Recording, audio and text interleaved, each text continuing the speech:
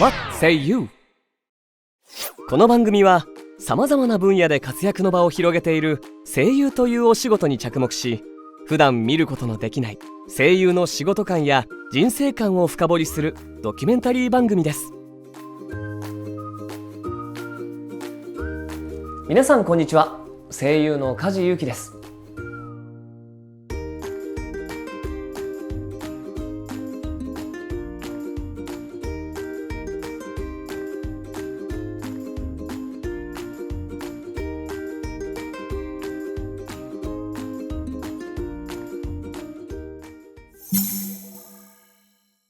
いえいえ、よろしくお願いします。恥ずかしいですね。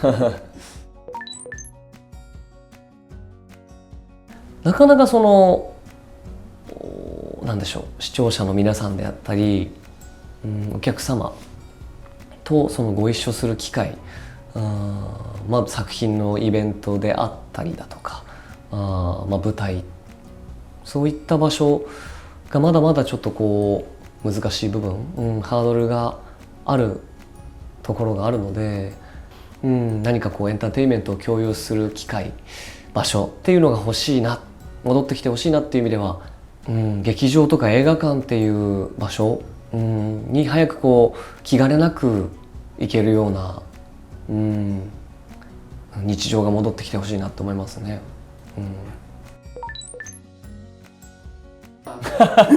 映画館をご用意したすごい力ですね。じゃあそこに行かせていただけると。それは嬉しいですね。じゃあ早速。はい、いいですか。よろしくお願いします。楽しみです。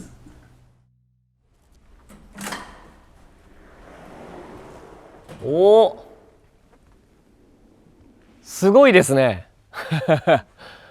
本当に映画館じゃないですか。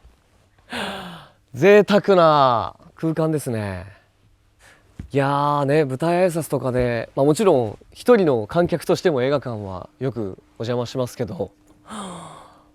なんかすごい孤独感がありますね。うわー、特等席だけどすごい迫力がありそうですね。この席。じゃあ失礼します。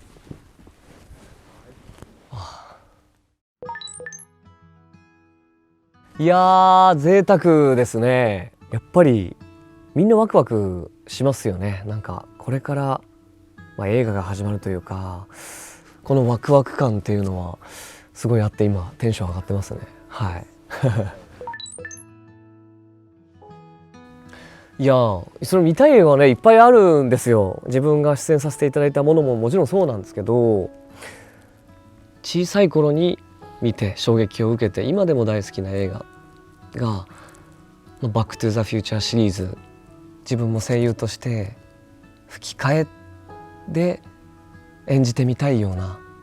役柄、キャラクターだなっていう思いがある人物なんですよね。映画館でその作品を実際に見られたら感動するだろうなというふうには思ってたんですが、できるんですか？こんな贅沢な空間でちょっとじゃあぜひ見せていただきたいですね。よろしくお願いします。はい、嬉しい。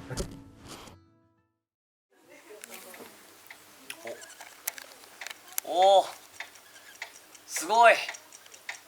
今まで家で何度見てきたことか。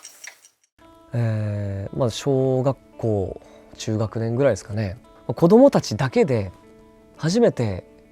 映画を見に行く、自分たちでチケット買って、当時はスタジオジブリのもののけ姫を一番前の席でこの大きいスクリーンで初めて見るわけですよ。もう迫力がありすぎて、でちょっとやや首もこうなっちゃうのもあってその恐怖感たるやっていう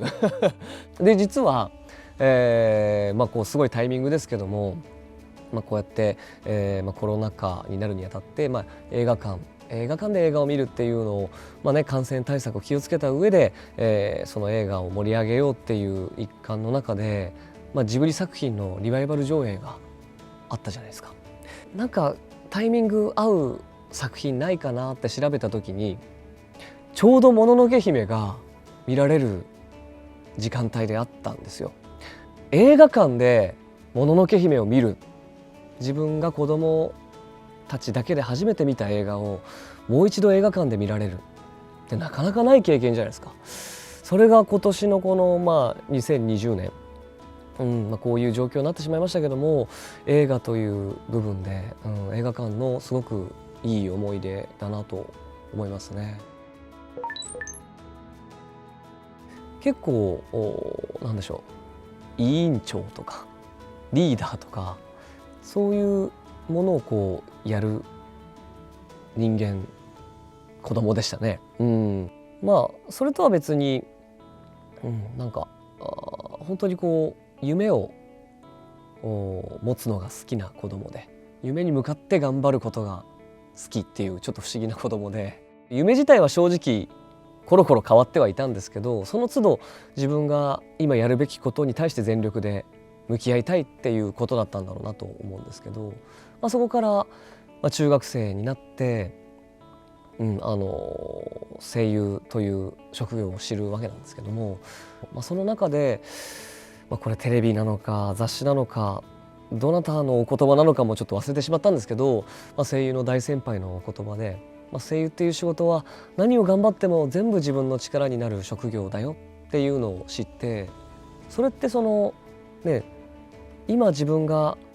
向き合っていること、目指していることに対して常にこうその道のプロになりたいって思いながら頑張ってきた自分を肯定してもらえるような言葉だったんですよ。その言葉を知って以来、声優を目指し始めてからそれ以降全くあれほどこう2日おき3日おきに変わってた夢が声優一本で変わらなくなって、高校時代があり養成所に入って今も継続してやらせていただけてるっていうのが本当に出会いだったなと思いますね。いやー信じられないですねいやー本当にもうそれだけで今回いい機会をいただいたなとなんかもう情けない話ですけど、今35ですけど、30歳ぐらいから5年ぐらい前からようやく自分ってこういう人間なんだってやっと分かってきたというか、仲のいい役者仲間とかからこうだよね、梶君ってこうだよねっていう風に言われることで、自分ってそうなんだ、そう映ってるんだっていうのを知って、自分が思ってた自分より面倒くさいやつだなっていうのにやっと気づきました。いや本当面倒くさいんですよ、いろんなことに対して。きっとその役者をやる以上そういう一癖というか、ある種のその面倒くささっていうのは武器というか一つの面白みとして、持ってていいのかなっていうふうに自分を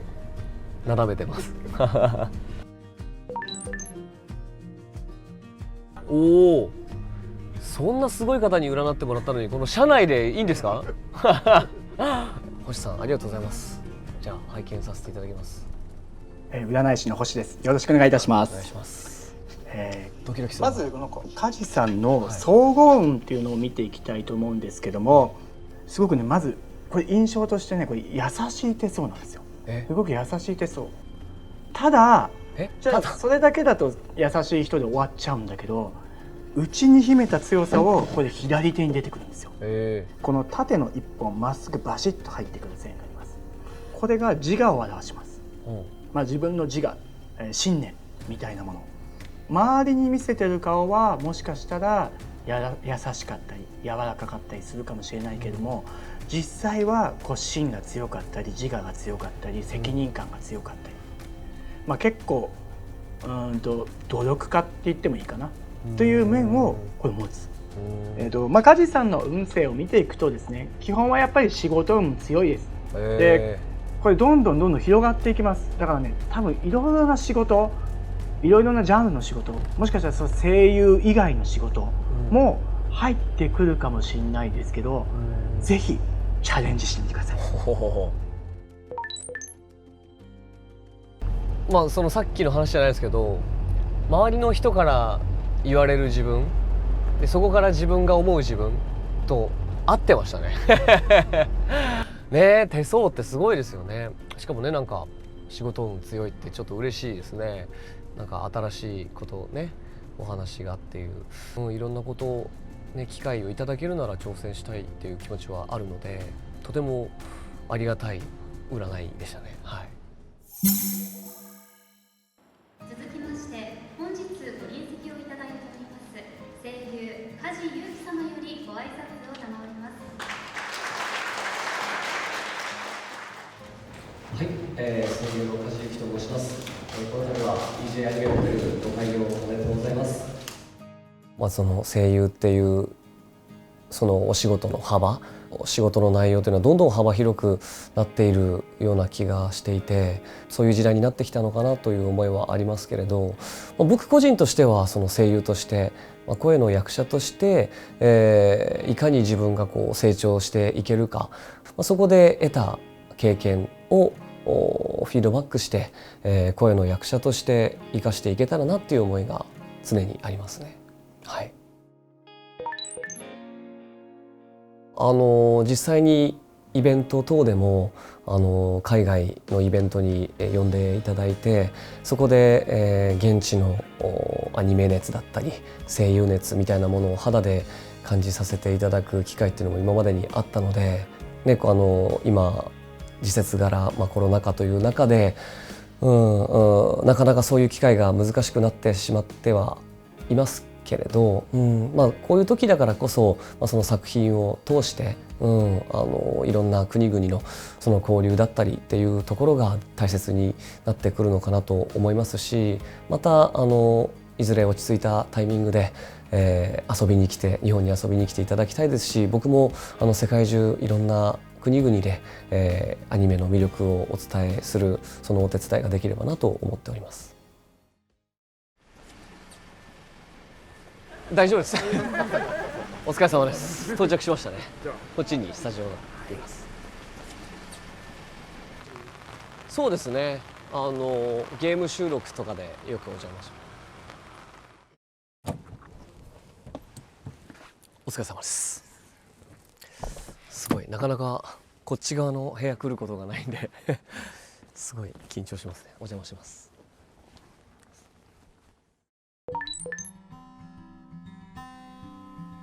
アニメとか吹き替えを見て、なんかこう安らいだり、明日へのこう活力を得ていただいたり、そういうリアクションを僕がこう感じられた時っていうのが、やっぱやっててよかったなって思う瞬間ですかね。いつもお世話になってるメイクさんの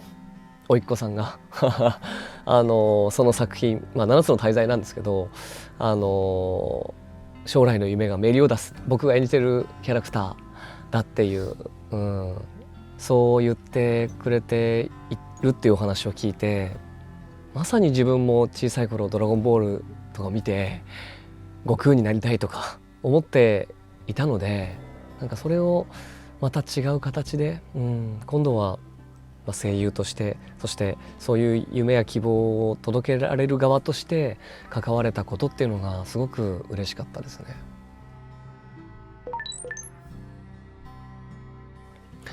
本当にこの仕事を続けていけるかっていう漠然とした不安があった時に、お前は大丈夫だよ、絶対大丈夫だと俺は思うよって言葉をかけ続けてくださったその先輩、やっぱ大丈夫っていう言葉ってなんか、もちろんそれを言ってくださる相手との関係性っていうのももちろん大きいと思うんですけど、すごい力があると思うんですよね。何がどうこうっていう説明がなくても、この人に大丈夫って言ってもらえたら、もしかしたら俺大丈夫なのかもしれないって勇気をもらえる、安心する言葉だと思うんですよ。僕も、もし後輩たちが悩んでいるのであれば、そういう言葉、もちろん、なんでしょう、実際に、技術として役に立つことも言ってあげられたらと思いますけど、やっぱ大丈夫っていう言葉にはすごくパワーがあると思うので、言ってあげたいなと思いますね。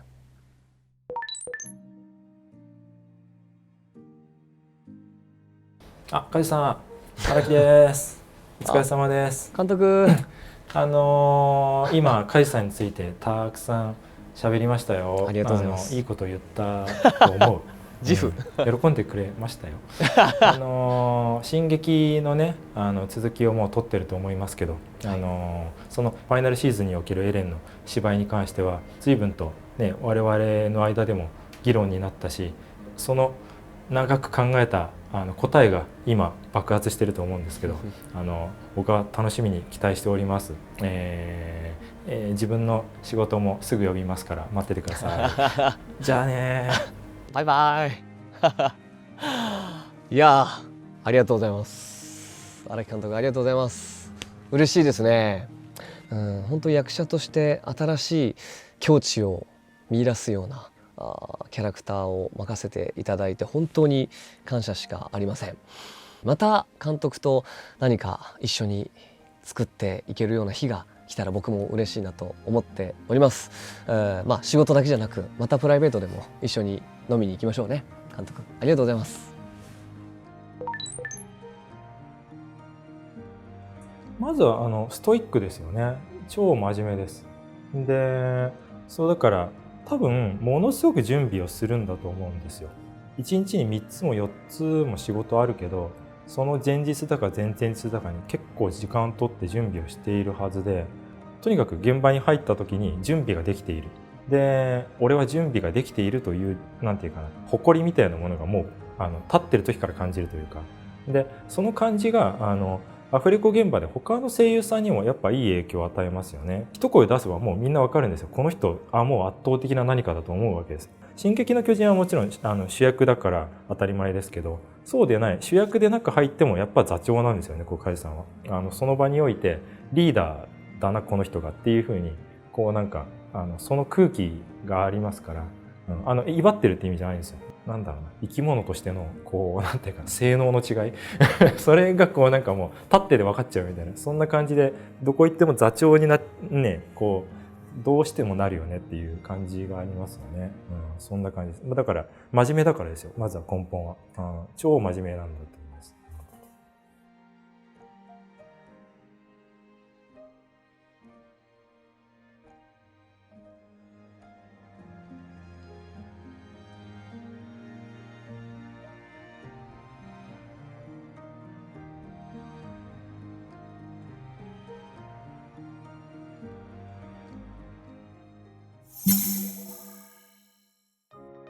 はい、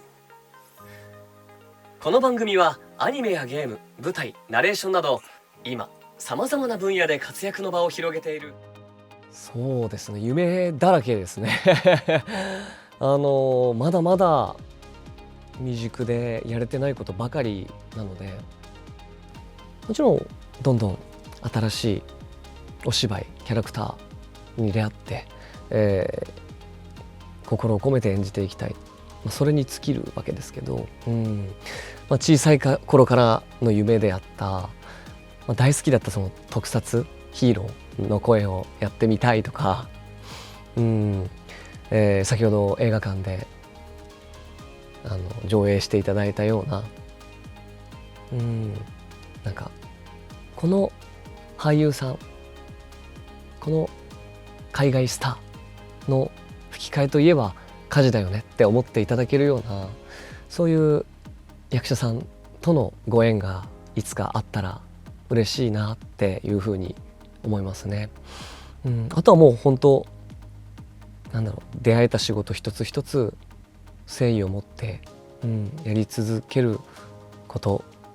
やっぱそのお仕事をさせていただけるっていうことへの感謝っていうのは下積みのその時間があったからこそ強く感じていることなので、その